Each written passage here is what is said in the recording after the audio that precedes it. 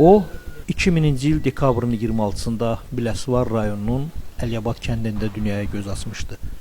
Gülərüz, cəsur və qayğıkeş bir uşaq idi. Ailəsinin fəxri, müəllimlərinin sevimlisi idi. 2007-2018-ci illərdə Malik Pireyev adına Əlyabad kənd orta məktəbində təhsil aldı.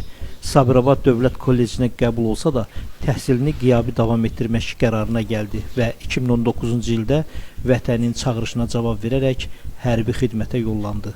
Azərbaycan Silahlı Qüvvələrinin Göygöl rayonundakı Ensaylı hərbi hissəsində xidmətə başladı.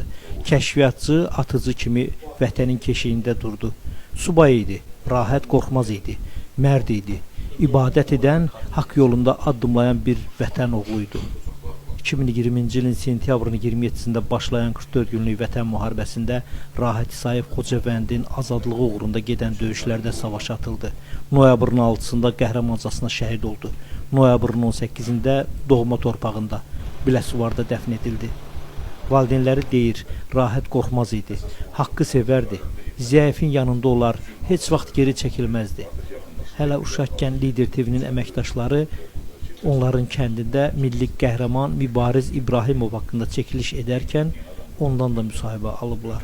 Biz onunla fəxr edirik, onun kimi ora getmək istəyirik. Onun qəhrəmanlığı dövlət tərəfindən də yüksək qiymətləndirildi. Şəhid Rahat İsayev ölümündən sonra Azərbaycan Prezidenti İlham Əliyevin sərəncamlarına əsasən orden və medallarla təltif olundu. Rahat İsayev öz ömrü ilə sübut etdi. Yaşamaq gözəldir, amma vətəni yaşatmaq daha uca dəyərdir. Allah rəhmət eləsin.